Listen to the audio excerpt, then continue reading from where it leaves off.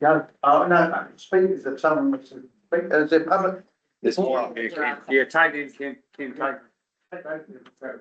Up you go.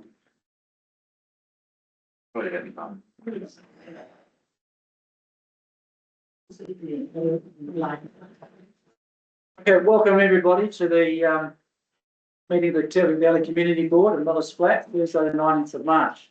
We've got various members of the community here. Thank you very much for attending.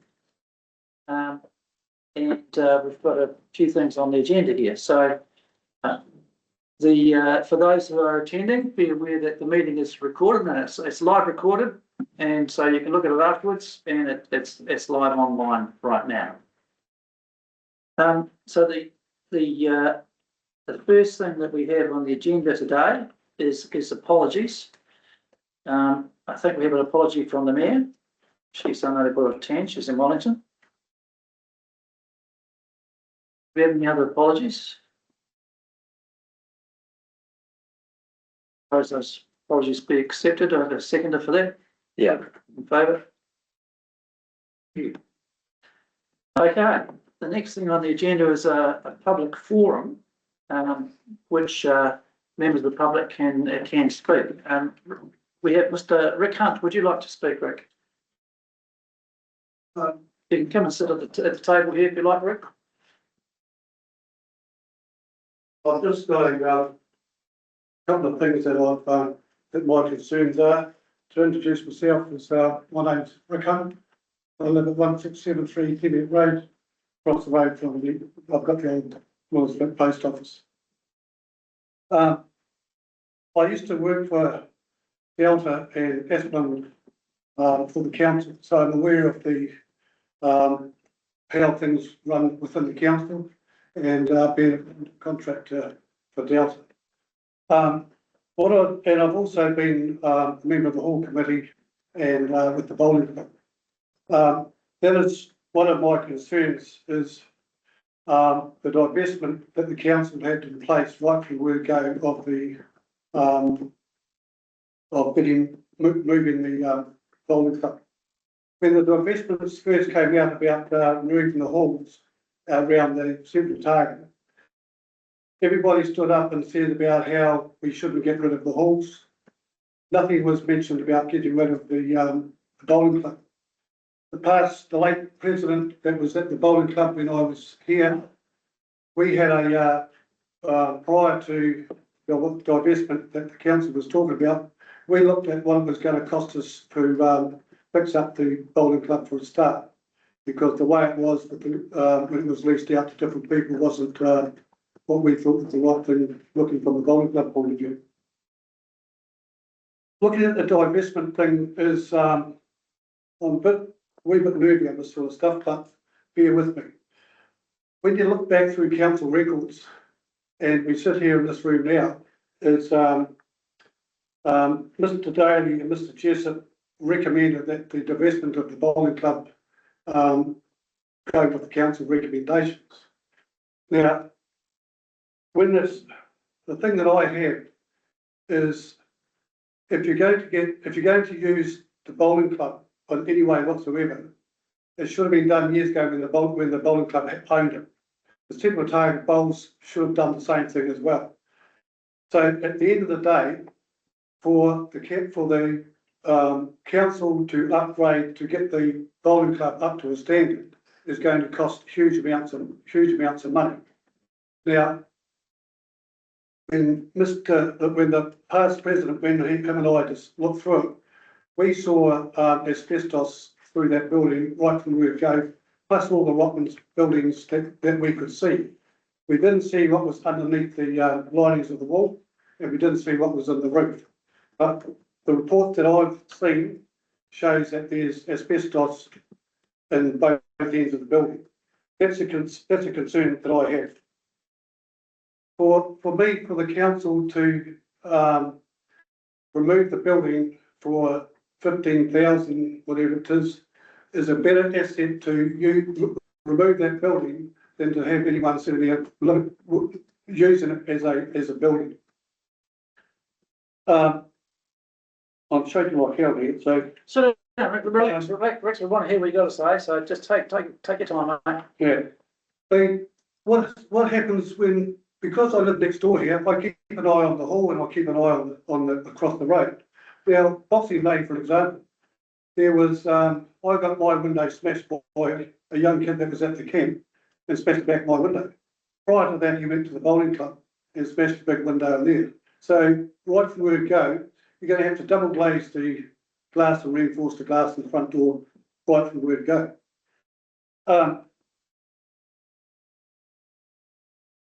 I sit there and I hear about people saying that there's a between the difference between the hall and the bowling club. Now, I've also heard that there's only going to be a small number of times through the year that the bowling club is going to be used for certain times of the year. This hall last month got used 7 times. This month is getting used 5 times. So if you're comparing this hall and the sports hub, looking at the Millers Flat Bowling Club, it just doesn't warrant it being there, in my opinion. My biggest scare, and I'm going to get emotional, this, I lost a friend who was 19 and a guy who was 42 with 2 kids with asbestos poisoning. The young guy had started the job for about 3 months and he got asbestos poisoning within 3 months. And to watch a guy go downhill is pretty rank. That is my concern. And the other thing is making sure that if you're going to use, if the sports hub wants to keep the building, when they did their plans, why didn't they put that in their plans so they had room, so they may not have had room for everything, but they could have made appropriate places for the hall, the sports hub to put a section there for whatever building the sports hub is going to be used for. I sit there and because I'm with seeing council stuff done, I can't see the point, and it's just, I've just heard comments out there in the hallway before we came in. It's like, to me, is $15,000 to remove a building and have no cost ever occurring again makes sense. But it's just the way that I see things. I can't see the point of the council hanging on to that building or having anything to do with that building. Thanks, Rick. Any questions from any members? Okay. But is your feeling like your feeling, or is that a general feeling within the Millers Flat community, or what? Well, that's a hard one, Jill, because for the simple fact that certain groups, like the coffee morning group, for argument's sake, they meet every week. I don't know what their feelings are, but the people that I've spoken to in Millers Flat itself, majority of them in the garden, it's just be like, don't get me started on the sports hub, because I think the tennis courts, the guys have done a fantastic job. In my opinion, everything after that was just a waste of money. But that's my opinion.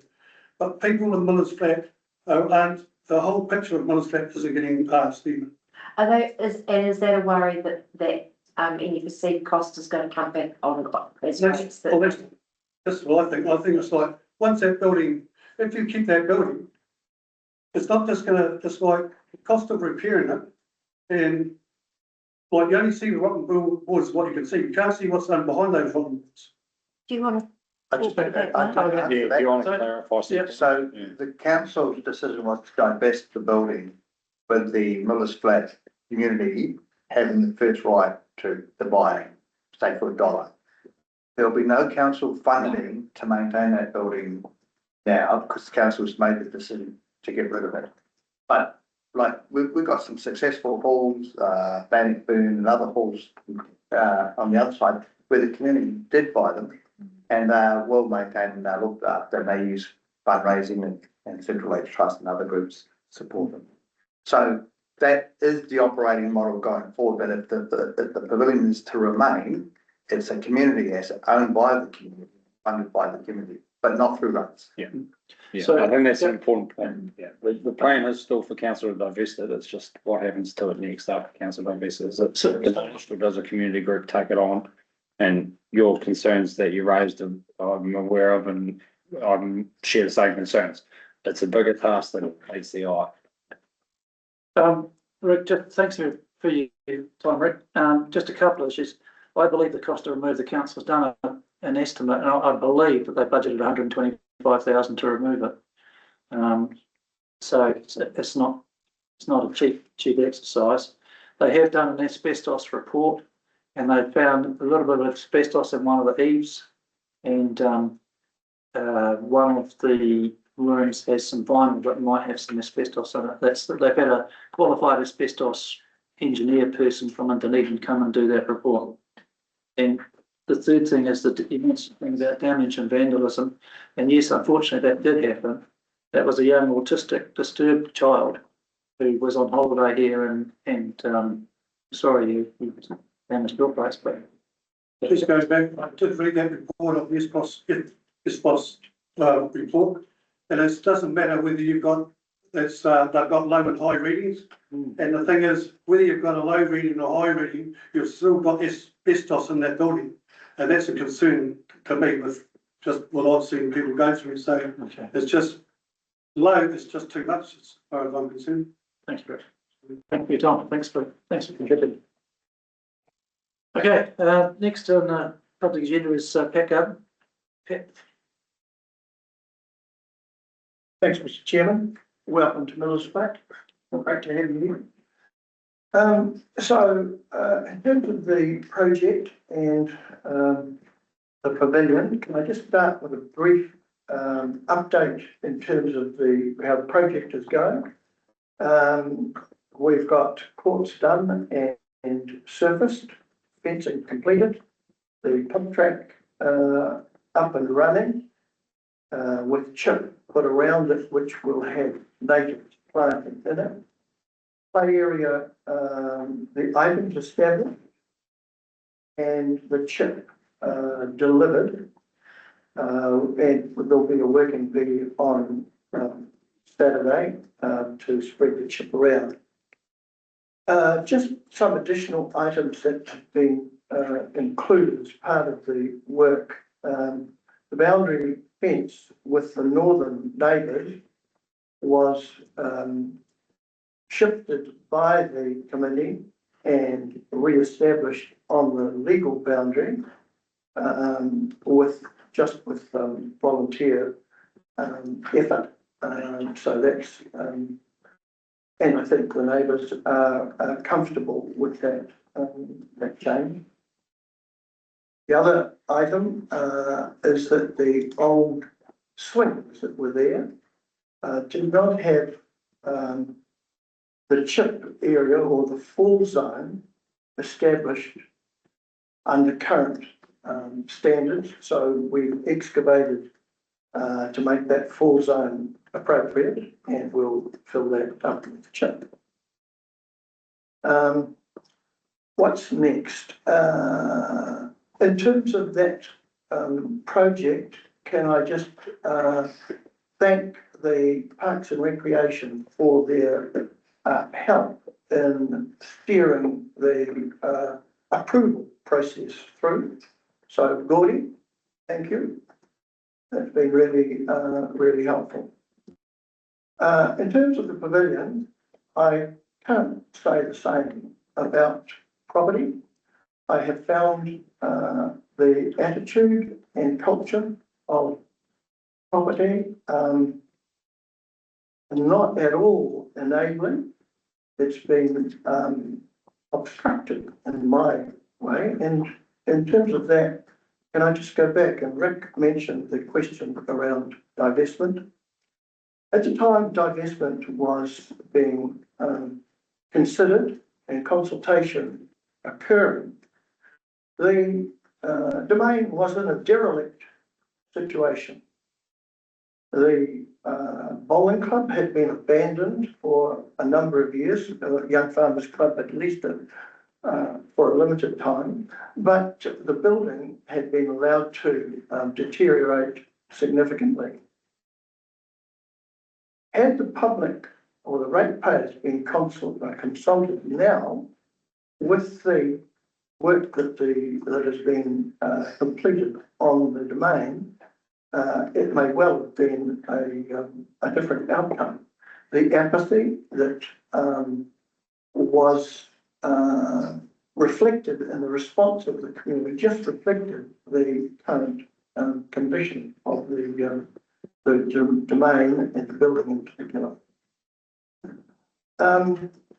When it comes to the process around the and future of the pavilion, certainly divestment decision, as Peter said, has been made, and that's the current situation. Mark and I were invited to a teleconference with the property, and we're told in no uncertain terms that the building was divested and the council would have nothing further to do with it. It would be demolished, notwithstanding that the committee had been offered first right of refusal to purchase on whatever basis. Subsequently, I had obtained the keys from the Roxburgh Information Centre, and I was rung a day later and told in no uncertain terms to return the keys immediately, which I thought, in terms of relationship, was hardly enabling, to say the least. However, I said, well, I'm going to be returning them anyway. I did. So entry was forbidden to the building on the basis that there was no building warrant of fitness. When I asked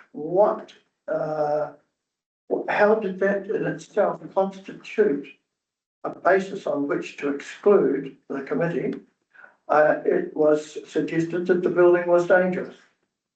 I'm not sure exactly how that, when I asked on the basis for that, because I was aware the engineer's report did not say anything about the building being dangerous. It identified the wall at the back was needed replacing, but no mention whatsoever in that engineer's report that the building was dangerous. However, that was the situation.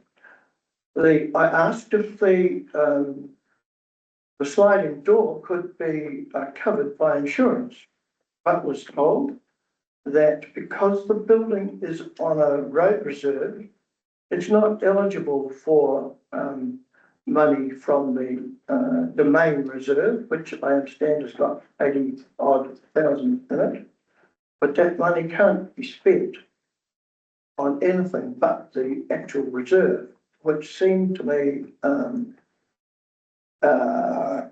convenient rather than, well, perhaps it's correct, but I would like to know the basis on which the money in that account of 80,000 or whatever has been generated. If it's a depreciation account, has the building been included in the capital on which depreciation has been gathered? I'm sure that would be established back in Toowoomba County days. I don't know, but I would be very interested to know the basis on which that money has been generated. Where do you want to go from here, Pat? Sorry, Where do you want to go from here, moving forwards? where do I want to go from here? Yeah. Well, the community has got to determine, notwithstanding Rick's contention, about how it would like to retain the building, because certainly the committee is very keen to retain the building and have it restored as partly as a reflection of its historic value and the bowling club's long engagement with it. Its value as a backdrop to the activities on the domain. It's a shelter, and it would provide a base for the operation of the facility. So the committee will have to determine how it's going to restore that building and what avenues there are for it. But I would just like to finish, Mr. Chairman, by saying that I would urge the culture in the council and property in particular to be enabling rather than obstructive, recognising that there are constraints within which the processes need to be undertaken. But it would be really great if the first question was, how can I help you? Thank you, Chair. If there's any questions, happy to answer. So, Sports and Rec Hub Committee, just like they're all in on it. Yes, they are. And they're aware of the scope of the project. They're daunted by the prospect, Curtis. Yeah. Particularly when there's absolutely no support at all from council. But there are avenues that we could go down in terms of raising money, but it is a significant burden, particularly when there's 88,000 or whatever sitting in that reserve. Any other questions? What about in 4 or 5 years' time after this, or you guys have gone and there's the enthusiasm drops off? In terms of a sense of ownership, Yeah. you mean? Yeah. Or? Yes. Well, I think the first requirement is to get that building back up to a stage where it can continue to exist without significant input. That's the first requirement. In terms of ownership, the committee is determined to, its role will be to run events. And that will be regional competitions. It'll be, there won't be many, there may be 2 or 3 a year, but they are keen to make use of that facility across its whole spectrum, not just the courts themselves. All I can say is they're pretty keen now. All right. Thank you, Ben. Thanks for that. Peter, how would this be progressed to a point where there is a purchase offer and We acceptance? have to explore that, but I suspect it's like sale and purchase agreement. The reserve land is perhaps, or the rolling reserve, has a bit of a complication. So there'd be some legalities that would need to be resolved potentially around that. And I'm looking at you, so okay. But because it's an anomaly of where it is and what it's sitting on. But there are examples where property has been divested from council to the community. And the community has been very active in maintaining those buildings and using them. So there's models out there. So we can advance that pretty quickly because the council's given that direction in their LTP, divest the building, but first right of refusal goes to. Okay, but we can progress that. I think the things that I've noted down here is a due diligence regarding the purchase, which would include a lease, presumably a land lease as well. Would it? We would have to explore that. Yeah. We have got that one line as well, so to add. Just the legality of who owns the land and what it's about. I suspect that the purchaser, you'd want a full building report and a warrant fitness check. Well, I suspect the building would come as is where it is. Okay. And because council has made a decision to no longer invest any money in that building. Okay. So it'd be up to the new owners to determine its fit, Okay. building standard and that sort of stuff and what sort of works are required and so on. So there might be, if there was a ground lease required, it would be a pittance. Like we do with the others. Thank you. Right. Okay. We move on. The next item on the agenda is the confirmation of the minutes from the last meeting on the 5th of February. We've all read that. Oh, I need to move on a seconder for that. I'll second that. I'll move it. Thank you, Jill. Seconded. All those in favour? Thank you. Declarations of interest. There's a declarations of interest register that, for members of the public here, it's publicly available. It's on our agenda, I think. So we as members have to declare what we and our wives have interests in case there is some type of future conflict of interest, which may be a social conflict, it might be a financial conflict or some other sort of conflict. So just reminding members of that. Okay, so we move to the next item, which is the Roxbury Entertainment Centre rebuild project locations investigation. Tara, who is working in the property department, has got a report for us. Tara Butts. Firstly, can I just apologise that we didn't get this through the project steering group? I've taken the comments that we discussed previously, and we'll make sure that going forward, we allow time to enable it to go through the steering groups so that they can have a review it and then make some suggestions and so on and so on.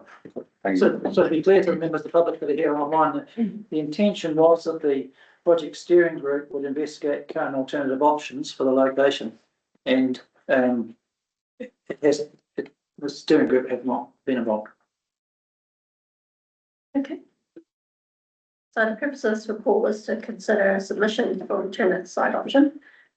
We carried out a request for proposal process and we received one submission on that. I'll take the report as read, but in summary for that submission, that was not to propose a new site as such. It was just to offer adjacent privately owned land, approximately 1406 square metres at 130 Scotland Street for purchase.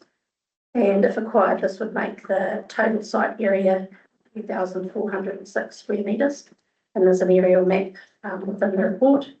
In the discussion part of the report, there's quite a extensive details of the submission and includes summary of alignment with relevant community goals in the Teviot Valley Community Plan, but also a risk register and comparison of existing versus alternate sites. So I won't go through that today, but if there's any questions. Members? And I've got a question. The submitter, Anne-Marie, what involvement does she have in this report? She hasn't had any involvement. She put her submission in. And then the purpose of the report is to look at the site and for elected members to make decisions whether to investigate further. So she hasn't been spoken with? She's been spoken to regarding whether her submission has been received, but that's as far as it's gone. Thank you.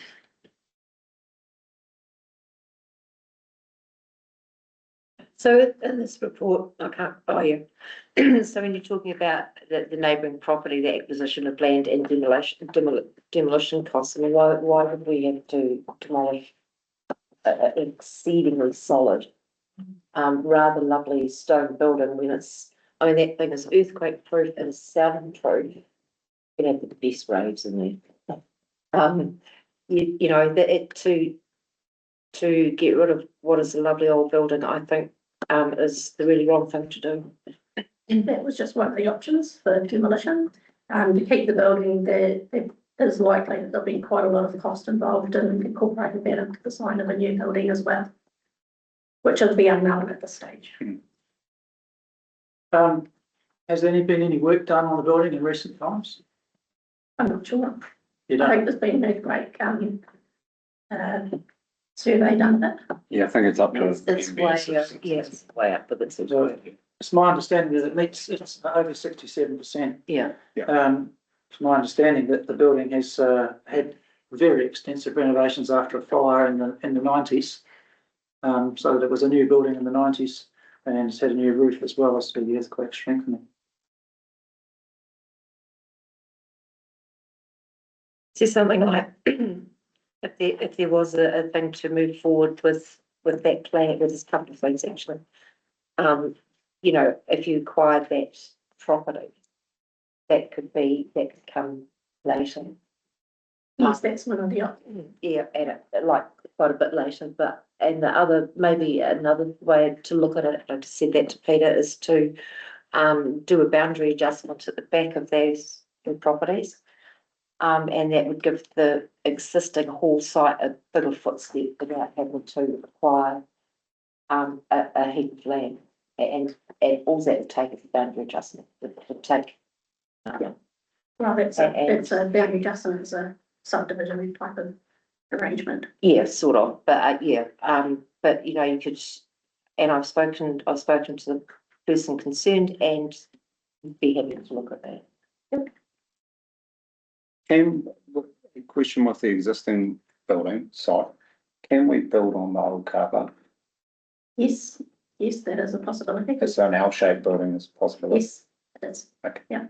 It wouldn't require a plan change, because what I understood is that it is something differently. There will be some resource consent Yeah. requirements, but it is still possible. Yes, okay. Yeah, I'm sorry to interrupt.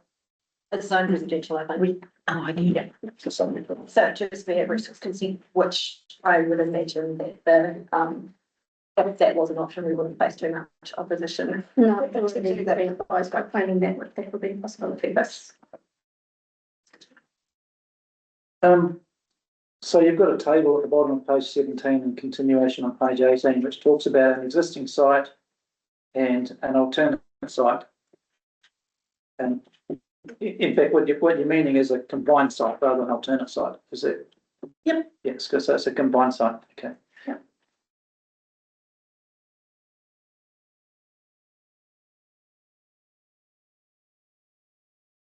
So, I mean, in general, a bigger site's going to offer more opportunities for the community, greater variety of use.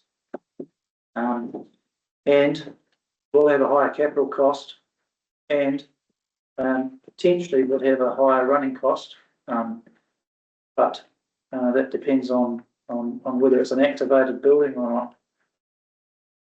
not. With option one, do you envisage we could still have an activated building? yes, that's still a potential in the on the existing site. Yes. Because from my point of view, no matter what option we choose today, and speaking on behalf of steering group, which where we want an activated building. Yeah, correct. Yeah. Yes, and we discussed that. In the Yeah. history. So, and I would like to think that no matter what option was chosen, that if you entertained and if we set on an activated building, that any council services that may shift to that building, I'm concerned that if we stick with option one and we look at shifting a council service into the building, we would have to enter the LTP to consult on that. I'm not so sure that that's, I challenged Peter already on this, whether that's accurate, but I would just like to frame maybe option one that we look at every avenue of building activation, commercial or otherwise, without the need to enter the LTP. I can't really speak on No, whether I know. it's in the LTP or not, but my understanding is that any significant change to the scope will need to go into the LTP. Yeah, and I would argue that there was significance, but yeah, that's what, yeah. So when you talk about an activated building, you mean you've got full-time tenants in it? Yes, Or council, so like a mini hub. well, it could be anything. I mean, we're not sort of far enough along No. now to say what it could be. And I guess that's where I'm coming from. I don't want to exclude an option straight off the bat in this recommendation. So would you envisage having council staff in the existing eyesight building and in this new building? I think we'd have to further look into the operational model once we're further along with the design. I don't think we're in the yet. Under the current intent to essentially rebuild what you had, then the library would stay where the library is and that the other side. But if the intent was to amalgamate the two, then we would, of course, we'd be absolutely open to that suggestion and idea. If it's essentially just a change of location, but the levels of service are exactly the same, then from a significance and engagement point of view and consultation point of view, that's probably not a difficult one. But, you know, we would just have to explore that because we haven't asked that specific question. Yeah, no, I understand that.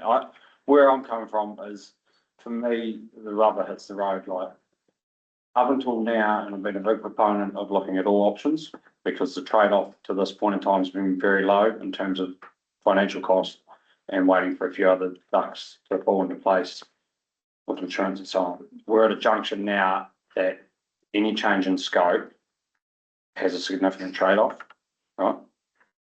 I'm not convinced the community is willing to accept that trade-off in time and cost. So, look, and I have no doubt that an expanded site would be great for the community and give the community a really future-proofed facility well into the future. So will the existing site, and I'm not convinced that the trade-off's worth it at the moment. I'm not convinced the community is willing to accept that trade-off at the moment. Can I jump in there quickly? So, in layman's terms, you've got an existing site, you've got insurance payout. There's nothing wrong with exploring options to actually build on that site and replace what you need to replace. The offer for the additional site can always be taken into consideration at a later stage, and then you can design around that. So I think you just need to decide whether you want to do a combination of both sites combined. And then, yes, that will affect timing and will have to go into the LTP because there's a change of scope. But if you don't and you say, well, we want to consider the other site at a later stage, you can always do a staged project and design in that in accordance with that. So what Tara is presenting here is you can see what the options are, because when we originally went out for an EOI, we were anticipating we were going to get 4 or 5 different alternate locations. That's actually changed by us actually only being offered an additional location, not an alternate location. So if you guys can just think about it that way, might make it easier decision for you. Scarce.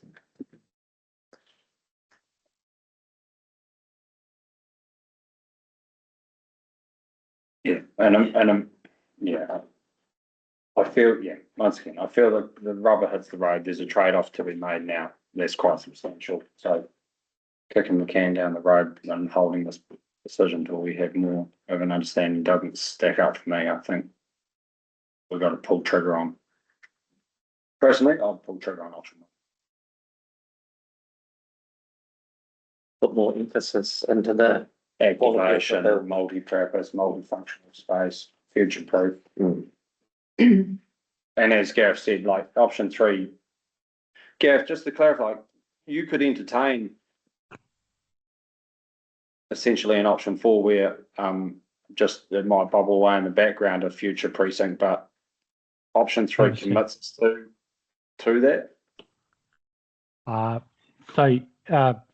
Tara's going to have to refresh my memory on options, but whatever the options are, if you went for the additional site, you could always tackle that at a later stage. That's what I mean. Yeah, that's what I'm saying. Like, doesn't mean it's not a possibility in the future, but we don't have to decide. And option 3 is specifically that option 3 is a combination of option 1 plus keeping the option alive to explore a stage 2. My concern with that is it still muddles your thinking on the current building, because you're always going to be, do we include that or not on this current site, knowing we may or may not have stage 2? And I don't know. I do know. I just think that we need to be quite clear on what we're trying to achieve now, and I think option 1 gives us that clearest path. Yeah, and people are over the lack of action. And that's what I'm saying. And option 4 is that well down the track, you can go back and then we can negotiate well into the future. But I don't want it to cloud the decision-making process. We can talk to the neighbour and maybe get a first right of refusal, or talk to, about boundary changes. That's what option 3 says, isn't it? Yes, sort of, but There needs to be further investigation before we sort of down that that passed, so that's why option 3 includes. Yeah. Approving further investigation. But I would still go for option 1, because I think, I'm still with option 1. But it's still something that can be looked at later. Yeah, And that's how I in a view it. community, That's how I view it too. yeah, in a We have to community go through thing. another discussion. Yeah. We could bring it back, but I think it will compromise what you do. So It's like you renovate your house and you're like, oh, do I do 4 or 5 bedrooms? Or I'm not sure because I might add a sleep out. And then so you do 4, you don't do the sleep out and you go, oh shit, I should have put the 5th bedroom in, you know? How many kids are you planning on having? I have had a population since the last meeting. I don't know. I just think rubber hits the road. We've got to be pretty clear. Community overwhelmed, not the appetite for progress and. Yeah, I'm with option Totally 1. get that. I would like, find, I'm in 1.5 minds, because yes, I want it. Absolutely, shovel ready, let's get going. It's been too long already. And I sometimes feel we're going around in circles. But also, I don't want a white elephant to be built and 5 years down the track, we go, why the hell did we not do that? That's, so I'm for yes, option 1, but I do want to kind of have. But then But I can see that. That I can come don't at a later date. Yeah, that can come at a later because, date. what the community want is they said they want it there, they want it built, so. Go do it. But if we can have an L-shaped building that incorporates most of the cover, we can have a We reasonably can. large building. We absolutely can. That can incorporate a lot of the things that are in the. That are in the plan, community plan, absolutely. And I if we think, get it right. and that's my thing. If we can get it right, and like you say, most likely we're gonna exceed the budget because current climate. But I think, we've just got to get it done and get it done right. First time, future proof it, like you say, high end, what we need. Emphasis on the building. Yeah, Yeah. emphasise the Yeah. multi-purpose use of the building, not like what was there's gonna be rebuilt in some capacity, but we've got to add to it and make sure it's right for future as well, and right for everyone. Not just one thing. but also catering to that groups that used it. And Absolutely. And definitely activation is massive. so can we add something to the recommendation 1 if we're looking at that?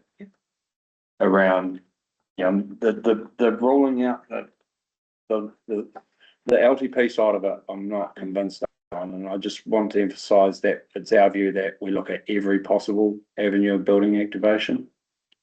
Is that right to put it in this recommendation for the site, or is that better to come with the design stuff? Well, we looked at it in the design investigation phase. We could look at it if it was a direction that you wanted to take PSG or from the community. But you can add some words to the recommendation as well. Just the way option 1's worded, it excludes one option, and it excludes one avenue of building activation. I'm not entirely convinced that's correct. You mean in the library? Yeah, I'm not saying we're going to, but I don't want to rule it out straight away. I don't think it rules it out. It just doesn't specifically mention it as. Okay. Is it? So we don't need to do anything. No, because it doesn't rule it out. You can still look at that in the development phase. Have you word on I'll just lay my cards on the table with everything, and I've said this publicly before. Personally, I'm very opposed to any type of council hub. And in small towns, they tend to be very expensive white elephants. They work really well where you've got big populations, or Wellington, Christchurch, but in small towns, as you can see with Balclutha and Gore and some of the others, they've cost their taxpayers, their ratepayers, a lot of money. As a council hub. So I'm just putting that out there. That's fair. Gareth, do you previously talked about building use, like non-activated versus activated building, like in terms of use and. So you want to, when you want to activate a building, and there's various methods. And I think the last time I gave an example of a cafe, it doesn't have to be a cafe. It could be like what the suggestion was, turning it part of it into a library or something like that. But it's about, in asset management terms, we're talking about sweating an asset, which means the more activation on the space, the better utilized it is, the better maintained it is, the better longevity it has.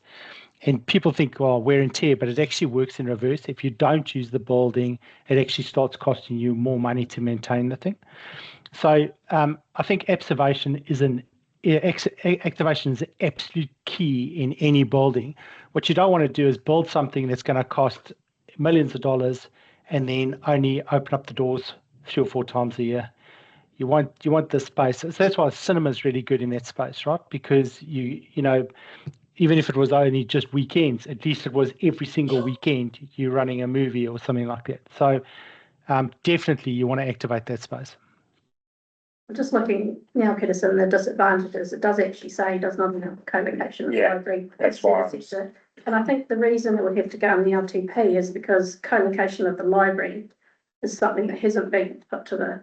No, and I'm not saying it should happen that way, but I don't want to rule. I think all avenues of activation need to be looked at initially, and then we're going to have community drop-ins and all the way through the design process. So we'll get a pretty good feel early on around that, and it's pretty easy. But to rule it out straight off the bat, I think you rob yourself of a potential activation pathway. And I'm not saying it should be the one, but it should at least be considered. And I don't want us to be sitting here, or might not be here in 10 years, but I want to sit here in 10 years when it comes up, oh, we've got to spend $500,000 on upgrading the library. And we go, oh shit, we should have maybe thought a little bit more about it back when we were designing the hall. Tash Kane actually did put in a request for the hall to have a youth meeting room, and It's in the community plan. yeah, I'm really keen on that. I've got designs on the other shed. Okay, is there any other discussion around the table from the members? I mean, like, what is it? I think, yes, yeah, what? Yeah. So, I guess I get the feeling that, sorry, Becky? So I was just talking, Curtis, but do we actually need to put I just think there's the. recommendation, because it is. So, my thoughts are this, and I think mine are slightly different to you guys, and that's democracy. I would be going for option 3, which gives us the option to do other things as well and have a bigger, broader operation, satisfying more people. But I suspect if that were put to the vote, it would fail in favour of option 1. So is that the general? I think that's the general idea. Did I get around The thing is with option 3, it's good, but because this is a small town, there is, you know, we can be in direct contact with the neighbour and bring that in. But again, I think that if we have to delay this anymore, we're going to get smacked around the ears quite frankly. With the option 3, it says confirm the rocks branded tenants and a rebuild will proceed as planned on the existing site. So does that induce any delays? Shouldn't, I mean, if I'm a straight reader, that's saying we would proceed with the plan to rebuild on the existing footprint in an L shape. Start with that. We'll start the design. So that basically is option 1. Yeah. Option 3, item 1 is go and do option 1. Confirm that the Roxbridge rebuild will proceed as planned on existing site. And further approve further. Well, item 1 says go and do it, yeah, and then in parallel, do 2 and 3. Well, 2 is to put the current project on hold and Okay. proceed with the No, so option 3, item 2, I'm talking about, sorry, So not option 2. 3, yeah. Bullet point 2 of option 3 is what you're referring to. Yes, approve further investigation. but in the meantime, do number 1. So that's how I read that. My only concern with that is, like what I said, is that it'll cloud the design process of option 1 standalone, because you're not sure if you're in or out on stage 2. So then you're not sure if things should be in or out on stage 1. So how long would, Can I just jump in there quickly? So option 1 and option 3 for the portion of option 1 is going to clearly define your scope. So your scope is to rebuild on that site. Don't worry about stage 2 or in the events of something coming up later. that get retrospectively designed on top of. So your important part is, for your community's sake, you'll be able to get on with the project. But at the end of the day, it's your decision to make. So, so Gareth, option 3, item 2, approve further investigation. How long do you think that might take to undertake that item 2? So that would be running in parallel. So it wouldn't affect your first option, which is get on and start designing and building a building, right? And that would run in parallel. That could be over quicker than you could blink, because it could be, hey, what do you want to sell the building for? 10 million bucks, right? We can't afford it. Move on, right? So it comes off the table. Where's that decision made on? So that would be a subsequent paper. So that would be a standalone project. So go and investigate the second site and see where that's going to get us. There would be a standalone project that we would be running in parallel with option 1, which is actually get an architect and start designing your existing site and replacing what you lost. How quickly would your second paper come? Number 2 involves quite a lot more than just the acquisition of the land. It also involves probably a full feasibility study. No, sorry. Stage 2. Oh, okay. Yeah. So how long's a piece of string? How quickly is that decision that you're in or out on stage 2? Like, how quickly can you do a bit more work, bring it to council decide, no, not on our scope of, or not on our financial capabilities, or might be financial capabilities to do so. But how quickly can we make decision? Well, I think we would have to investigate whether the price is right. So it would start a conversation point with the seller, and then from there, if we'd agreed a price, then we would have to go through a due diligence period. Most of the time we ask for 20 working days. Sometimes you have to go a little bit longer than that. That also costs us a bit of money, because you end up doing destruction surveys and stuff like that to see if there's asbestos. But it would have to be a standalone project. And Peter's quite right about the LTP conversation. If it was a standalone project, it would have to go into the LTP and run independently, which means we wouldn't even start working on that site until 1 July next year. See, that's where it doesn't sit well with me, because I believe it will cloud your design of your current building. And that's your call to make. I'm just saying, yep. And you're not having a definitive answer before 1 July next year. Well, there's a lot of design to happen between now and then.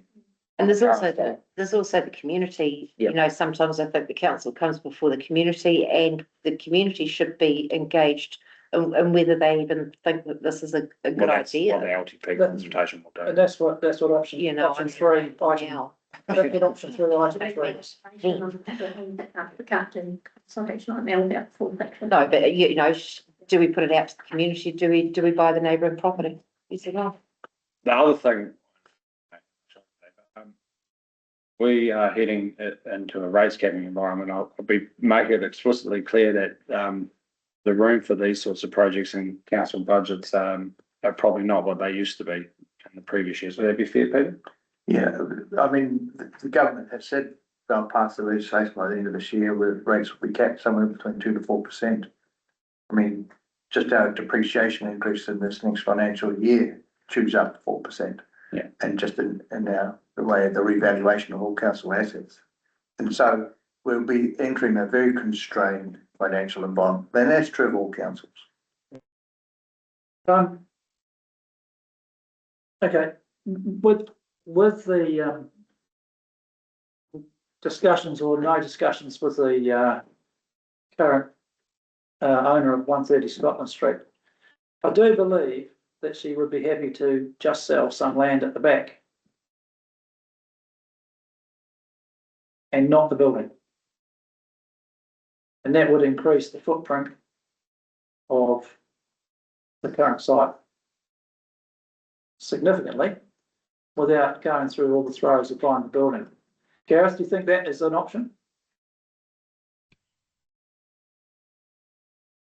I don't know. I think it's your call. You know, we'll work as directed, but, designing can take on a whole lot of different, I don't know. I think what you need to do is decide today whether you want to stick to one scope of a project, and look at, what your future aspirations for the site could be, so that you can satisfy the community by getting on with the project now. That's just my opinion. At the end of the day, it's your decision. So really, we're saying you can't do option 3 without delaying the project. No, you Right. can't. Yeah, you can. What I'm saying is it will cloud the decision making of the project while you entertain that option. That's probably why I'm hesitant on option 3. Because I think it will, no matter what you tell yourself, it'll cloud your design, your decision making on what's in, what's out. Community will get, dare I say, a little bit confused about what's happening on the ground versus what could happen next door. And yeah, I mean, And we want to, this is what is going to happen, or we might be able to do this. yeah, I think it's time. I personally think it's time to be very definitive about the future of the project. And the most definitive option in my mind is option 1. I don't get me wrong, I believe you get a very good building if you went option 3 and added to it as second point. There's a trade-off in that, and if it cuts it.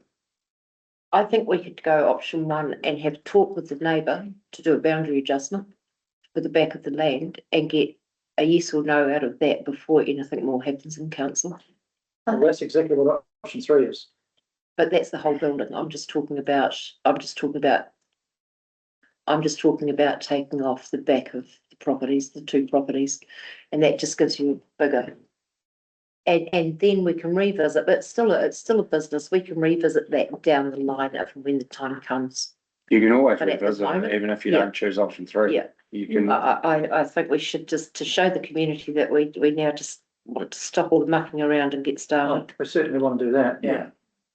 I think at the design investigation phase, it might come up that you haven't got enough land to do what you want on it, and that could be the time where you look at possibly revisiting it. My understanding is August is the cut-off for LTP considerations.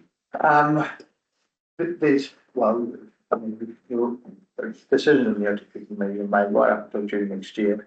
Right.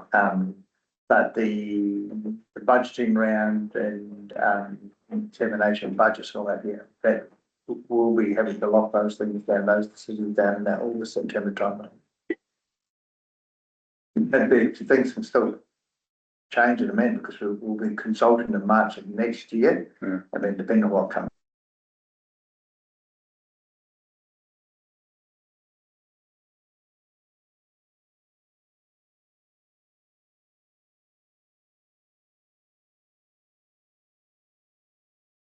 It might be that people from the community, when we do our meetings, the architect might decide that they do want to expand it. And That's where my thinking was going. Yes, yes. But until we get into that phase, we won't know what the community. So the door's not shut.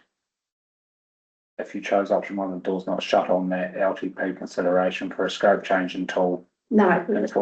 Long, But yeah.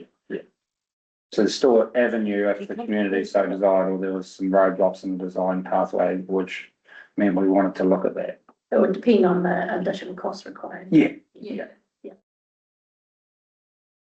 If I might give this C added about the options for activation, then that would cover that. Yeah. I need to. Yeah. Okay, whatever. So what's that, option 1.5? Yeah. So whatever option we choose, I think there's 3 things that we want to include in it.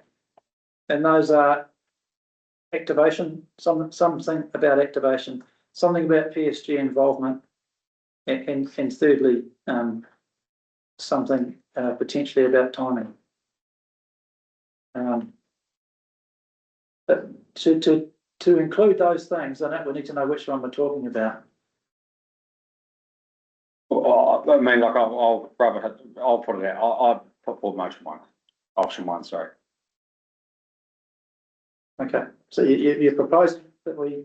Based on what I just heard, that if we got into the design process and it was clear we had some restrictions with the current site and the community wanted more than it could deliver, we could entertain.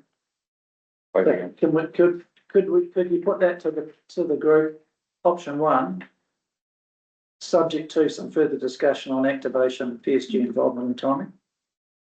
Which we'll vote on next. You might not need to say subject Not to, subject. but you can say option one, but include words going forward to include the project steering group, to get the maximum activation out of the site. Yeah. You know, we can put those words in there and you can force that as a resolution. Yeah. I don't think we need to say subject to, because I think Yeah, I hear. you're making a statement. You Yeah. want us to. I put for motion, option one was some, so you've already pulled up a recommendation C or D, is it? Yeah.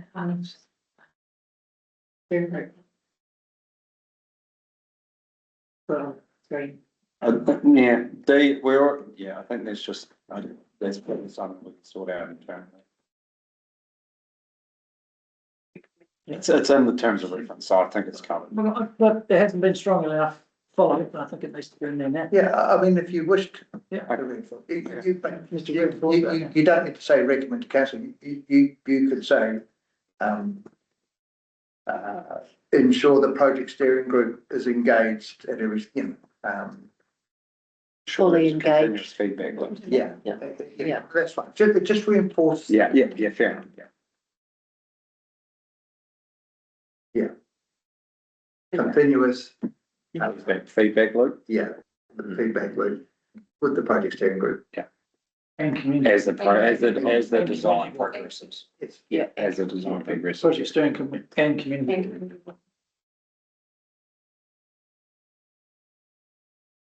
yeah, as a design, as the project progresses, the design progresses.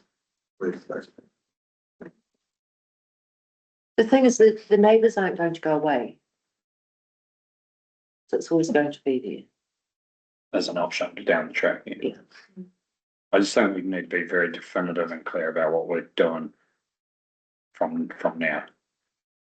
Yeah. You know, there. Yes, and then the community. and we have to be realistic, and I know that, extra funding for a project like this would be very, very hard to justify in the.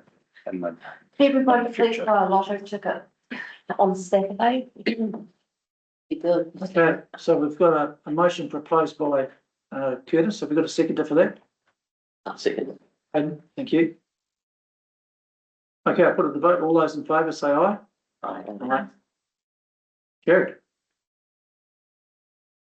Chairman, can I just ask that a clarification of your resolution that you've just put be made public, in either, any some publication to stop Chinese whispers, because there's too many Chinese whispers out there that spoil the bloody climate. We will, It can be put in verbatim as to what you've just decided. I think you'll go along a much better path. Yeah. Than have other people think they're bloody awesome. there's what we've missed the bulletin for this week, but, Julie's here, she'll publish accurately tomorrow, no doubt. That'll be good. Yeah, no, I totally agree, Doug, but we've got a Facebook page. Yep. And we could get something, no, but it'll be in paper and we'll get something in the bulletin next week. Yeah. Thank you. No, you did right, Doug, thank you. Right. Thank you very much, Tara. It's been a very difficult path for you to follow and quite contentious. Yeah. And also recognise the extra work we're throwing at them with the Yeah. site location investigation, so thank you. So thank you so much for your work. And Gareth, Yeah, and Gareth. Much not David, he's. look forward to moving forwards with this one. I'm sure the community will be very happy. Okay, so we'll publish the sort of next stage as well. Gareth, you still there? I am. So that, Gareth, the project plan, is that something that you could, the graphical one, is that something that could be honed up a bit now, so that it is available for public viewing? Yep, so Tara and I will work on that and get that out shortly. Could it go on the bulletin next week with the, But on the website, there's currently a Roxburgh Entertainment Centre rebuild graphic, I'm presuming that, you know, you did do some tidying up of that. And, if needed, it may not be, no, if needed. Is that the way you see it, Gareth? Yeah, we'll review that document, and if we need to just tweak it a bit, we will, and then we'll, yeah, it should be good to go. Right, so probably the project steering group's not mentioned on that graphic at this point, so maybe that could, yeah. Yeah. Thanks very much. All good. Great. Lovely. Here ends the lesson. Here ends the lesson. I'll move on to the next item, which is road stopping policy. Zelda. you for having me. The policy is just for your information on the plans to separate the policy, road stopping policy from the roading policy. I believe that Paul and Polly has already spoken to the boards about the roading policy. The intention is, the reasons why it's split is basically the roading policy was last reviewed in 2015. A lot have changed since then, although with the road stopping policy, it was drafted very well and only really needed a few tweaks to it with regards to the increase in applications we're getting, the cost that these applications involve, and applicants are must pay for all that. So we've just sort of tightened those type of things just to make it clear what the rules are around it, and just giving us a bit more flexibility on the statutory process. The previous policy was a wee bit more prescriptive to the rules as to when you need to do the LGA or PWA. So in the new policy, we're just giving a bit more flexibility with the emphasis on case by case decisions. So really the policy is just put in front of you for your information, and also your comments taken further to the council after this. Thank you, Zelda. So they're minor changes is what you're saying, rather than It's not significant changes. I have got a table there that sort of comparison, a bit of a comparison between the old and the new one. There's no real significant changes. The process will be the same. It's just ensuring that as we go through the process, we're more clear as to cost and procedures. It's very regulated, so you can't really go outside of the statutory requirements. right. This is a policy update. It's not for us to approve as such. It's for us to just back just to be aware. Notification. Any way to get the cost of road stopping down? Unfortunately not, it's actually increasing, but and that is the problem we're having with people not realising the real cost. Actually, How many would you have a year approximately? Up to 10, between 8 and 10 a year, it's increasing significantly.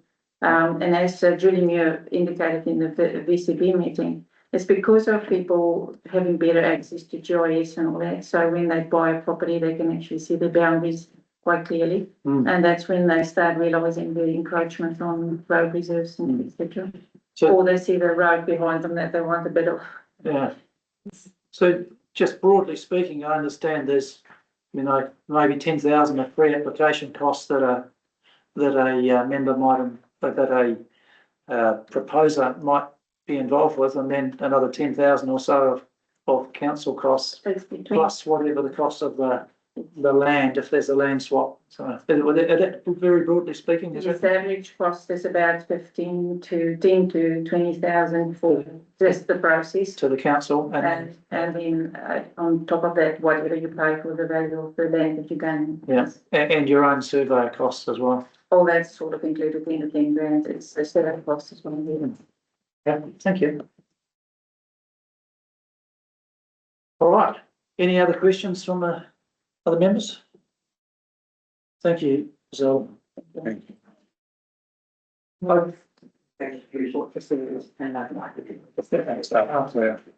Don't have a meal. I'm just gonna make sense. Oh, sorry, okay, so that, I'd like just to confirm that that report is received and understood. Thank you, Curtis, proposed, and I'll second that. Okay. Now, the next item on the agenda, we're running a little bit late, is the mayor's report. The mayor is in Wellington today, unfortunately, so we don't have a report from her. The next report is the chairman's report. So in this, I've got a couple of things I was wanting to chat about. Firstly, been involved in a meeting with the Otago Regional Council and a couple of those. And that was relating to the alluvial fan problem that we've got here in the valley. It's a significant issue for the valley and people that are potentially endangered by it and their properties. So there was some very good background work done by the ORC and culminated in some very good presentations they did in paper and in person. And it was well attended by the community, huge attendance by the community. Very high percentage with this, that's great. The next part of that process is that we're going to have some sort of a working group. Louise, you've had a little bit of involvement in this. Could you outline briefly what that would involve, please? Yep, so the next following steps will be from the session on the 18th of February, it's coming back to the questions and feedback that the community had, and hopefully have that done by the end of February. From there, the project partner, so that involves ORC, CODC, NZTA and CDEN, will meet to discuss options for mitigation work in the Teviot Valley, and that is scheduled to happen around mid-year, but the dates are yet still to be confirmed. And then once that's completed, ORC will share the options with the community. So there'll be another community meeting, so they can have their thoughts, the community's thoughts, the next steps going forward. And that's where we're at the moment. So there'll be continuous engagement with ORC and partners along this process. Thanks, Louise. Well, this is a very, very important issue to the valley. It only affects the valley, but the ORC have been working on that report for 9 or so years, and CLD have some support there because they've got some women involved as well. So it's up to us as a community board to really off the table and continue this process running, because it's purely and solely for the Teviot Valley's benefit. So it's up to us to do that. Peter, have you got any comment on that process and the issue? No, I mean, we'll continue to impress upon with our colleagues in ORC the importance that this has with this particular community. We do have the regional manager for NZTA, Waka Kotahi, coming to speak to council at some stage, given that they're also one of the stakeholders in the State Highway Network and the culverts that go through under their road network. It'll be an opportunity to raise the issue with him as well when he addresses council. One thing I didn't say, Mark, also when the answers come back from the questions that the community had raised at the workshop, that will go up in ORC Roxburgh program webpage, but it will also go into the Teviot bulletin. So people get that answer out there. All right, thanks very much. Any other comment on that issue from the members? No. Okay, the second issue in my report is the just a quick question of Peter. Has there been any further commentary or discussion of any kind with the Onslow people? No. They're still exploring. They need to go through the process to be accepted into the fast track process. It was accepted today. Oh, is it? Okay. There you go. Interesting. So and then they've got 2 years to then lodge their application to fast track. Right, so they're in stage one of the funnel. Well, they're in, but. They've been accepted into the program. Yeah, now they've got 2 years to do the application and lodge it. Okay, Along the slope track. thank you.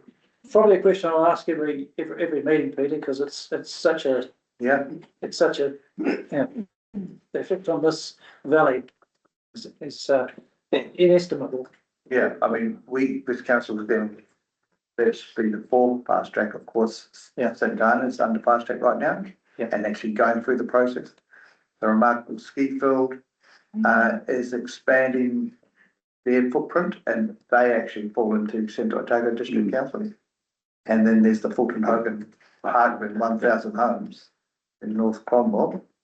So this would be a fourth, which would be incredibly significant, almost equal to, if not bigger than the mine, I suspect. Okay. On the same vein as the question was, any change in the spatial plan for the Teviot Valley that was approved a year ago? No, with the spatial plans, there's a couple of things, regional deals and the government reform in RMA.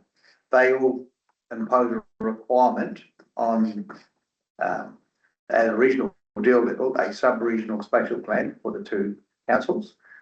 And then at the same time, the RMA changes would impose a central Otago-wide spatial plan. So it's likely that the next few years, CODC spatial plans will have to be updated to be brought into the other sort of regulatory frameworks that are saying we have to do. So which one would be more restrictive? Well, I'm not sure if they'll be restricted, Well, but yeah. I think what we'd pick up the ones we already have. Are they still applicable when you consider it across, say, a wider footprint of Queenstown Lakes District Council, Central Otago District Council, or then Eden City Council, Waitaki, everyone that makes up. I mean, these are the requirements that are coming at us from that legislation that's going through there. Right, thanks, Peter. That's all I have to report for now. I'll move on to Dennis. You got a member's report? Yep. We'll be sick of the entertainment centre, but we did have a project steering group of help staff held a meeting, another public meeting on the Thursday before Waitangi weekend, the 5th of February, and just outlined the where we're at, where the investigation was at, or what the investigation was going to be, if there was any alternative sites come forward. Outlined the two timelines depending on site location and just feeding into today's decision. In that meeting, there was very little appetite to delay the timeline. So, and then I felt everybody felt that they had a bit better vision of where things were going to go. And yeah, I imagine there'll be plenty of happy people today. Well, a pending council resolution next week. ORC, you've covered it off. We had a workshop with them the week prior to the Roxburgh report where we stressed, or a couple of us stressed that there is some risk mitigation work that can be done and needs to be done sooner rather than later. So I think it will be a case of continually raising that, working alongside them. Yeah, I would hope to see a management plan and some action this year. There's a few things happening at council. We've got a strategy underway. Gordy, do you want to touch on that? What's been happening this week? Yeah, we had the Oh, is he doing that? TMB that we did. The TMB people from across the country giving us some feedback and looking at average to between there. And it's out here, so we're getting on its back. Development there. Yeah. The really multi-generational space, which don't have many of, so it's great. So we had some good feedback today that forum. So they through council and final drafts, the final copy of the case strategy. Cool. And then we're just launching a library strategy, first library strategy. So that's exciting for the district. And importantly for everyone, council is, workshopping partway through, workshopping a rates review, which is the first one in a very long time. So, the aim around that is more equitable distribution of where rates are allocated and how they're allocated. So I think that, most people can look forward to that. And, that is about it for me. Thank you. Chris.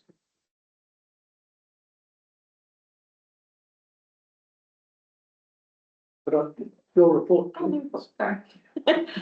So I also attended the OSC Buddies meeting as community board member, but also as somebody that was directly affected to it, live in the danger zone as such. So yeah, and I absolutely echo there are some absolute, what I see is quite easy mitigation stuff that needs to be done, i.e. cleaning out the channel reservoir because it's overgrown. Quite simple to do, and we wouldn't have had the same effects of the debris flow last time if the channel had been cleaned out, because that's what caused the river to back up. So it was there. So yeah, very keen to keep knocking on the door to get that underway, because I don't want my insurance premiums to go up any further. So that's over a lot of people. Also attended reset meetings and Teviot rest home. So both of them are just in the process of just deregistering from the incorporated societies because no longer fit for purpose for what those two things are out to achieve. So, but both are ticking along quite nicely, and hopefully, yeah, with the build now got more of a direction, we'll get diving into that as well. Also, I did have a phone call from the golf club in relation to the dredge. The dredge that went in at the river at 3 beaches. The dredge people ripped down the rabbit-proof fence that we spent thousands and thousands of dollars on and ripped up the cattle stock. And of course, we got an influx of rabbits. It has since been reinstated, but there was just a concern that there was no consultation with the club because the club leases the land. So consultation would have been nice to say, hey, we're coming in, we're doing this. Is it okay if we move the rabbit-proof fence? It has been reinstated, but just the communication was not good. So yeah. And yeah, that's probably all I've got. Right. They must have got consent to enter down there too, did they? Or they're That's see. Oh, it's almost under yeah, so I'd quite like to see the consent on that as well, especially the operating hours of what that thing is doing. Yeah, they're quite restrained. Yeah, yeah, because I had to help with it. So yes. Yeah, no, Thanks, Becky. Right. And you're looking at a project to do with the amazing? yes, looking at the potential to expand the school gym to make it a full-size court, but I'm just still putting that a little bit on the back burner yet until we can see further what the new town hall, if that can be incorporated in that or not. And then Because they lost the opportunity to do that. All they had to do was come up with 10 grand a few years ago and they decided not to. yeah, so we'll just, I'll chuck away at that in the background. Yeah, and, cool. see what I can find out about that. Yeah. So I'm not part of anything, so I haven't really attended things, but there's a few issues that have been raised and I find it very hard to get them before council. One is a bus that is permanently parked on a footpath in Smith Street. And it's only, like Smith Street's a little back street, but people are now pissed off with having to constantly walk around it. It's been there for a very, very long time, very dilapidated. Other issues that So with that bus, what are you saying that should happen there, Jill? they want it moved off the footpath. Have they put in a service request or anything? I don't know. Do we need to put in a service request or can we? Unless someone's reported it to council, we might not know. Yeah. Is the bus, is the owner there? Is it? Yeah, it's outside the house. What street? Does it park on the street? It's parked on the footpath, On the verge? like on the footpath. So I've made a note of it, Jill, and I'll go and Thank follow you. it up. The other thing we can't seem to get any traction with is the sewer dump at the entrance of Frog Rock. It needs to go out of its residential area. It's been raised before. Yeah, it has been raised before, but not a lot's happening. no. Let's keep it up. There you go. So because it affects people's quality of life, it stinks. It is raw human sewage. People And- washing dishes, washing clothes, getting large quantities of water. So I don't know who pays for the 1,000 litres that goes out in the tank. So it was an issue that was raised, A year ago, a year ago. and Yeah. nothing's been done. Staff were gonna look into it, I believe, all the options were. Know that? Was there any response then, Jill? Did you get a response, Shona? I'm leaving that meeting, I got told that it would take a while. Okay. I'll also follow up. Yeah. Okay, and oh, sorry. That's all right. Did you have anything? Is that is who's? No. No. 3 weeks. Right, yeah. It's Julie's area. Sweet. Yeah. And the other thing that keeps getting brought up is that the golf club would some of them, I can't, this is probably more your thing, about having the motorhome people back at the golf club. They had their diesel stolen a wee while ago, their diesel tank emptied out, and they've always felt that having the motorhome people there keeps everything a lot safer. And where they are at the Roxburgh Race Course is a little bit out of town, and when they're parked up there, they're only there for a couple of days. They don't cause damage or vandalism. They can walk into town, ride into town, spend money at Norm's. So the issue is that at the moment, the golf club is not allowed to have. Well, it was classed as freedom camping, and it's not, the motorhome people are not freedom camping, they're already vetted. They're fully self-contained. Not freedom camping. And you're right, there's been to the board before. And reserve management plans follow all the reserves up in this part of the plan.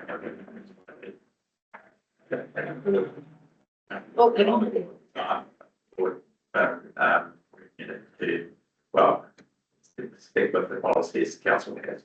I'd like to see if council would revisit that for Roxburgh. It's a good thing for us to have the camper van closer into town, and it's good security for the golf club. And I think that council sometimes needs to find a little bit of flexibility. They do camp up on other golf clubs all across New Zealand, and it seems to work. We do have, we are able to apply for exemptions, so when we've got tournaments and things like that, we do apply for an exemption so that they can. Yeah, it's good to see. Which is good, but yeah, I do know that it was an issue and they would like it, they would like it back, but. Yeah. So should we ask the golf club to make a request to have that revisited, or what? So the process is in a reserve management plan, so we will need to redo reserve management plan, because that's what the community wanted when that reserve management plan was consulted on. And so there's a process, we'll have to see where we can fit that into our work program, if that's what the board wants. And we've got quite a full program in our policy space at this stage. And then we would have to consult the community again on that. The answer could be the same, the answer could be different. Oh, okay. So in the first instance, do we need a letter from the golf club? Well, I'm not quite sure when we're going, because there's more than one reserve in the management, and it's the whole valley. Council are busy doing reserve management plans for Teviot, for the Vincent and the Crown. So we've only got one person doing that, so to say probably going to happen. Yeah, I get it, but. Whether we get there or not, yes. So, but are you saying that the process, if it was to happen, would be that the golf club should write a letter of request for exemption? Is that what we're talking about? Or is it change the whole plan? There's not an exemption, is what I'm trying to say. You can't have an exemption because we have to consult the community for an exemption. I can consult the community quite easily. So it's a broader question than just Just last time that, and the process is you need to operate on that, which is a couple of consultations, and that's the 2 month process. Okay, well, we might discuss that amongst ourselves and see.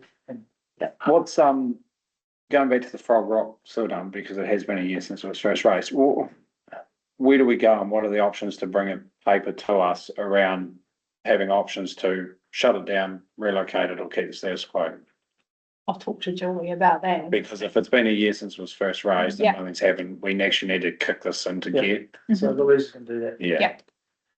In the form of a paper ideally around what our options are, yeah. And we've already got a sewer dump over the other side. of the Yeah, because I know that was talked about last time. Talked about, Yeah, you know, but just it needs elevated to a degree of urgency. I would presume that there would be a significant cost to shift it and. Yeah, and it may be where we decide to leave it where it is, but we actually need to have some action on Yeah, it. sure. Yeah, please. Okay, I will, Thank you. we'll come back. cool, thank No you. problem. Thank you. That's right, and we could end up That's leaving me. it where it is. Jill, did you have an issue on the mine consent?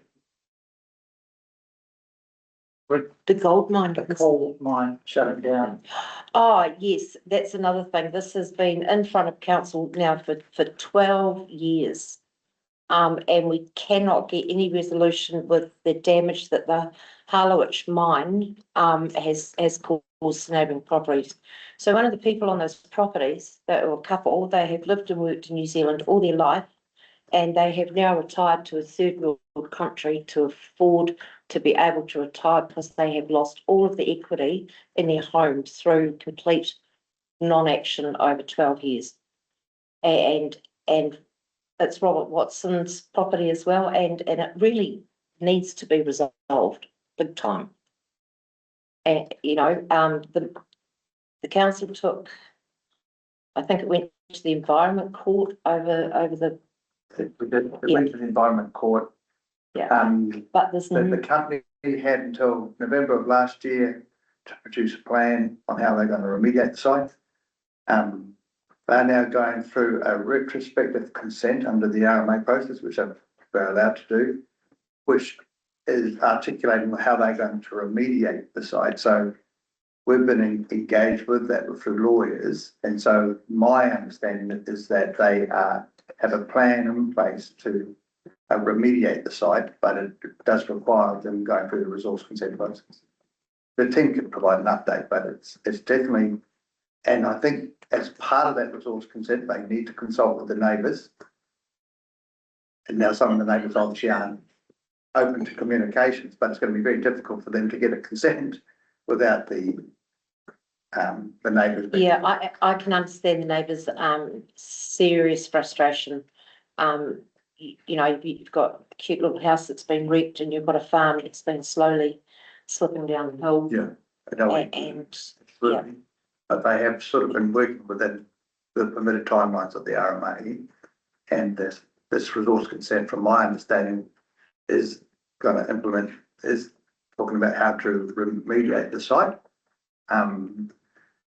But my understanding is if neighbours don't consent, then we'll have to probably go through a more formalised court process to actually then make it happen. That doesn't need the neighbours to confirm it, but it's one of the requirements under the Act. But anyway, so we are working closely through legal with the landowners, and they say it is in the RMA process right now. so how do they remediate it? They got to fill it up.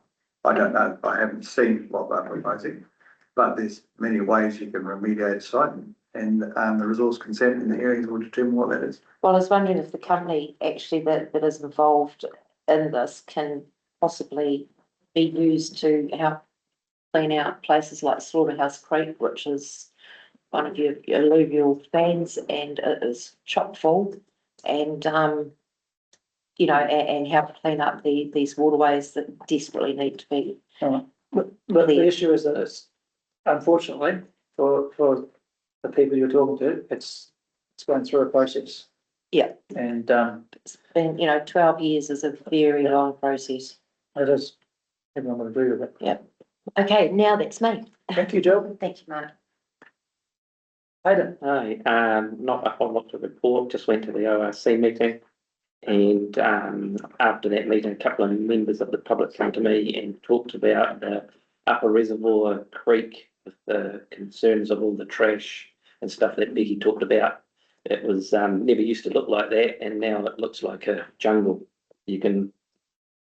So the concerns is that needs cleaned up immediately, especially in the two town areas, upper and lower, I guess, for that. So that's one thing there. And the other thing we touched earlier in the year was about the gravel roads. I travelled up them the other day and they were grading them, and it was just pointless. It's too dry and it's wasting time, and I think it needs to be looked at again. They were talking about maybe and not doing so much over the summer months if the road was in good condition. That needs to probably be looked at again, because yeah, it just seemed like the Nobbies Road and things like that we were been going through. It seemed to be Yes, that's an operational decision by the roading management as to when they do these things. yeah, like maybe on case by case basis more so than, you know what I mean, not so much if it's on the schedule to be done, it may be looked at as. I think that was just this week or last Yeah, week, that was final grade for the season. Yeah, and it may be like just delay it somewhat Yeah, until it's more. Yeah, March is probably a bit early. Yeah, just it's On a positive note, they were spot metling some of the Lake Onslow Road, which is good. oh, that's good. Yeah, and but overall the roads are in much better They're condition. very good. No, Yeah, so it just needs they actually, our road's pretty good. Yeah, Can yeah, no, that'd be great. Yeah, Yeah, Hayden Patton's here tomorrow. yeah, Three Brothers is closed tomorrow for Hayden Patton. I need to regrade that. yeah. I have to be the And No, believe it or not, the road holds up really well. The corners get a little bit scuffed out, but it probably actually, to be fair, he's just been down and graded. Maybe they should have waited a week. Yeah. Might not have known. No, but that might be, yeah, you're right. He didn't know. But maybe that is a left hand, right hand talk to each other. But the roads are definitely 10 times better than they were. Yeah. All good. Pass that on to us. Thank you. Yeah. Yeah, That's all I have. that's what So that road. that's all the members' reports. Thank you. Do we need to, And then the members. okay, I'd like to move my report be accepted. A second. Thank you. All those in favour? Aye. Right. And I'd also like to move that the members' reports be accepted. Second it. Aye, thank you. All those in favour? Aye. Great.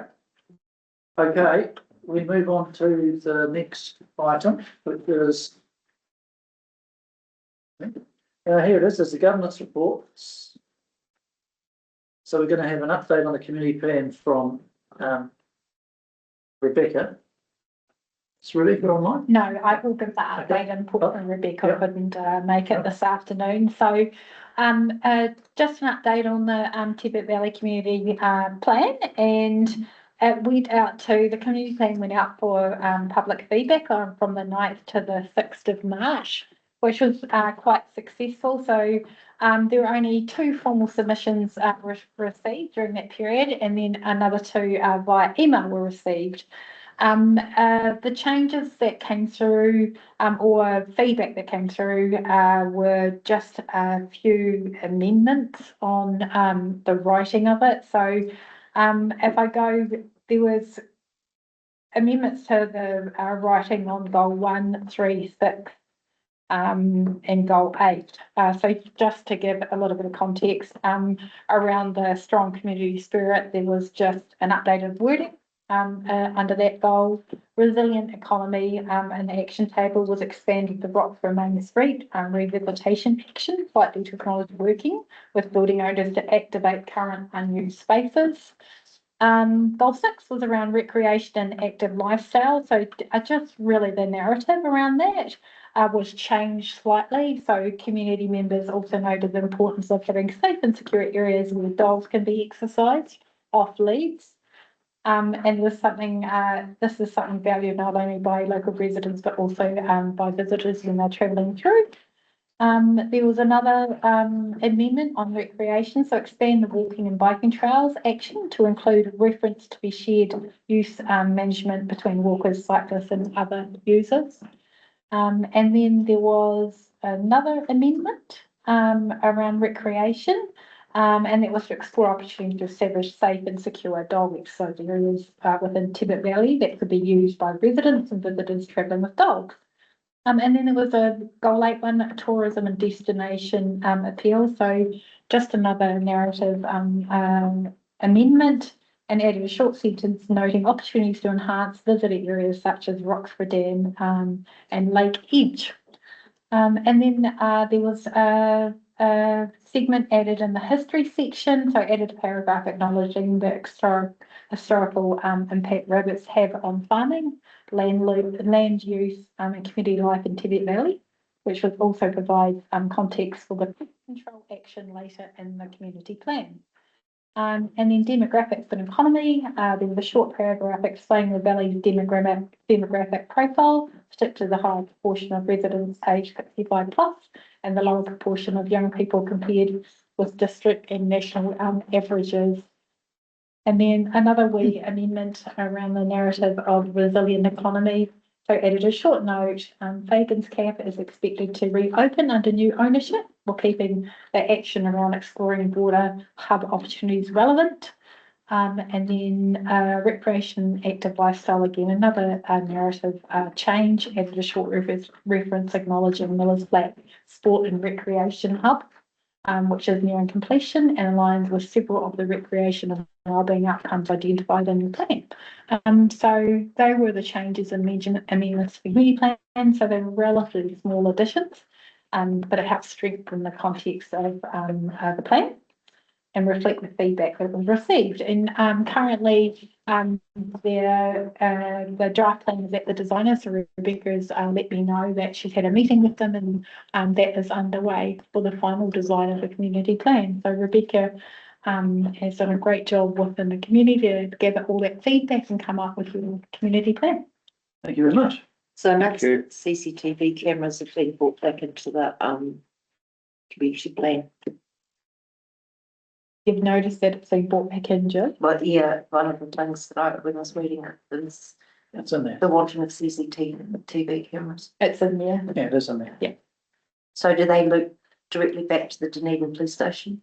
I'm not sure. Okay, because I have to Well, find out. they haven't been installed. It's an item in the community plan. yes, but last time the police came into community board, the type of cameras that they wanted to put in, all the information went back to the Dunedin police station. I think when we go That to, is dangerous. when it goes to looking at CCTVs and what that would look like, then I'll be able to answer that when we come up to a plan. Yep, thanks. Thank you for that, Louise. And the next thing we've got is the cemeteries strategy. Gordon, thank you for waiting.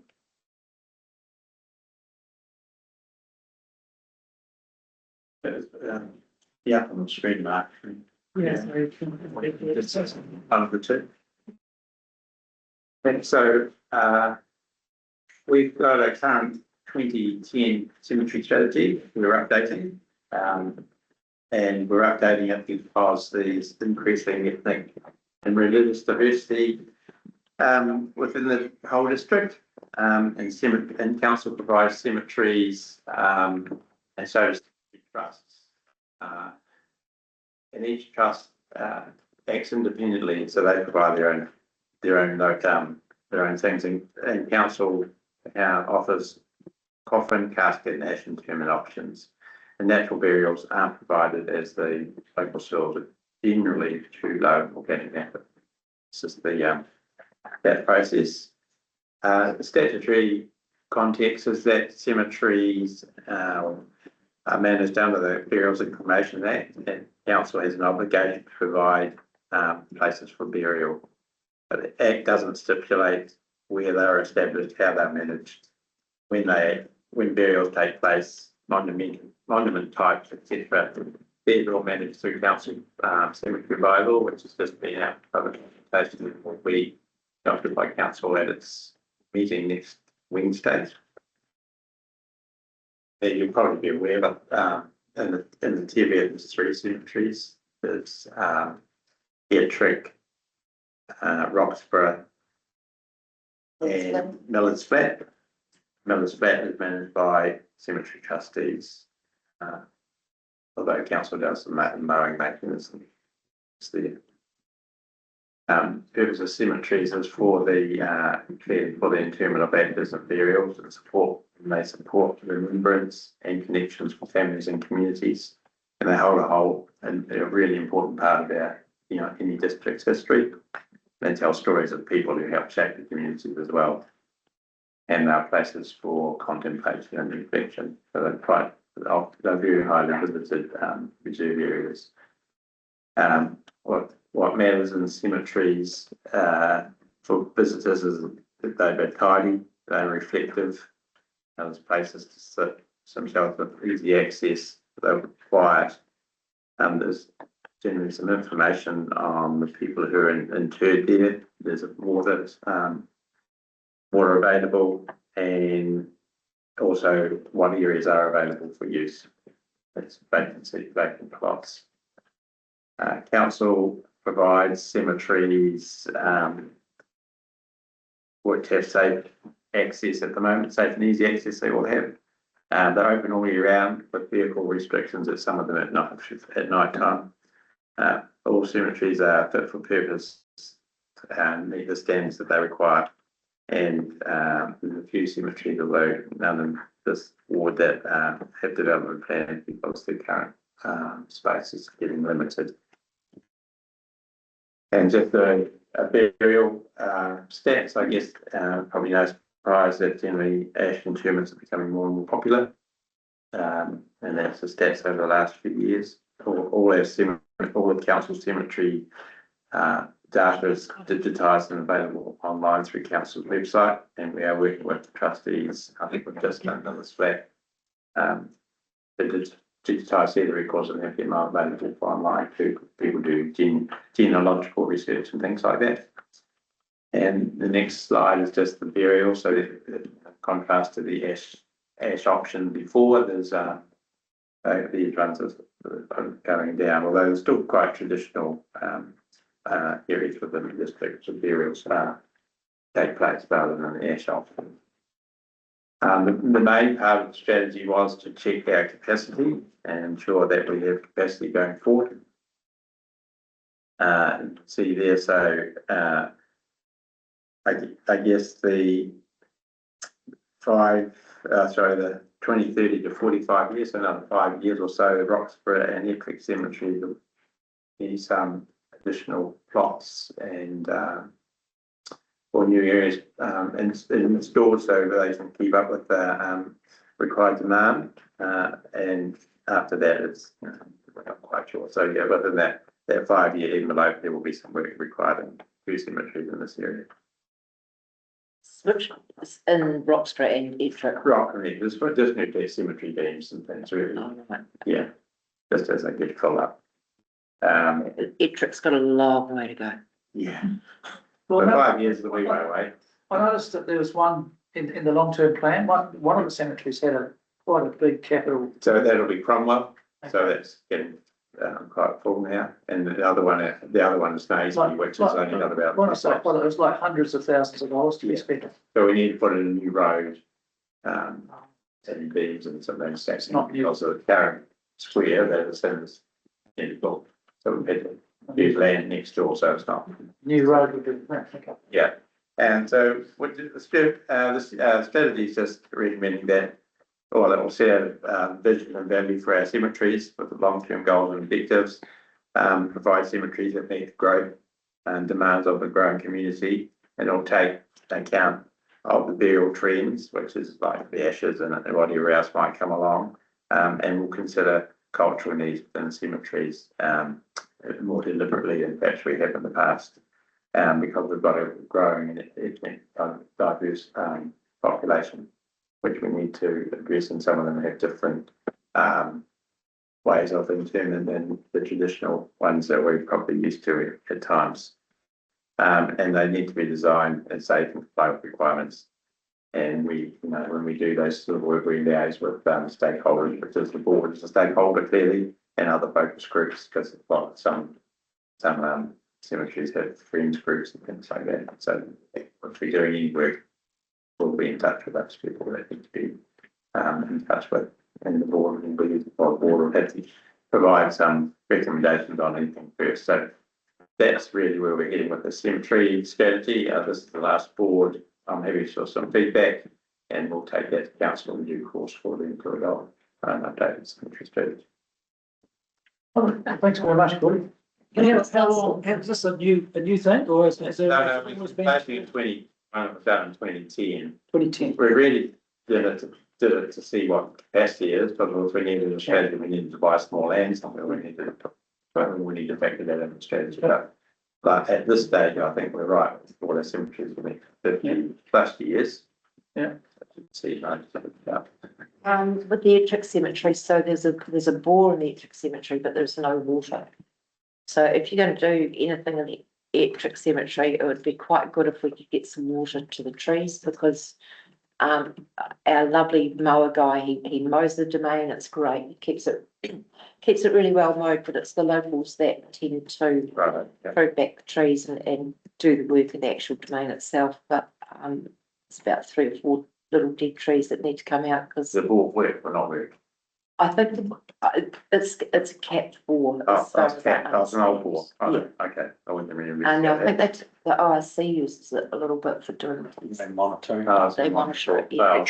But man, it would be great if that could be kept into action. Yeah, okay.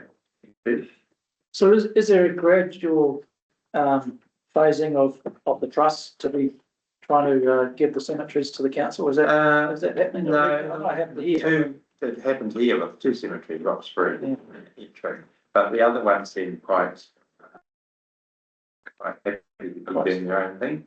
We don't force them to do it, so they can't cap in hand, we'll consider that, but yeah, we don't want to be, yeah, a lot of them are tiny cemeteries. Okay. And one or 2 burials if they're lucky every couple of years, so. Any questions from the team? Thank you, Gordon. Do we? No, you don't. We noted it, so we noted. No, just as part of the wider governance report that was up. Okay, that's great. Thank you, Gordon. Great. All right, the last point of the main meeting is the next date of the next meeting. Which is interactive. It's the 30th, but it's Yeah, actually. so the 23rd, so that we've got the 23rd of April down for our next meeting. Everybody comfortable with that? One after. Might be starting by then.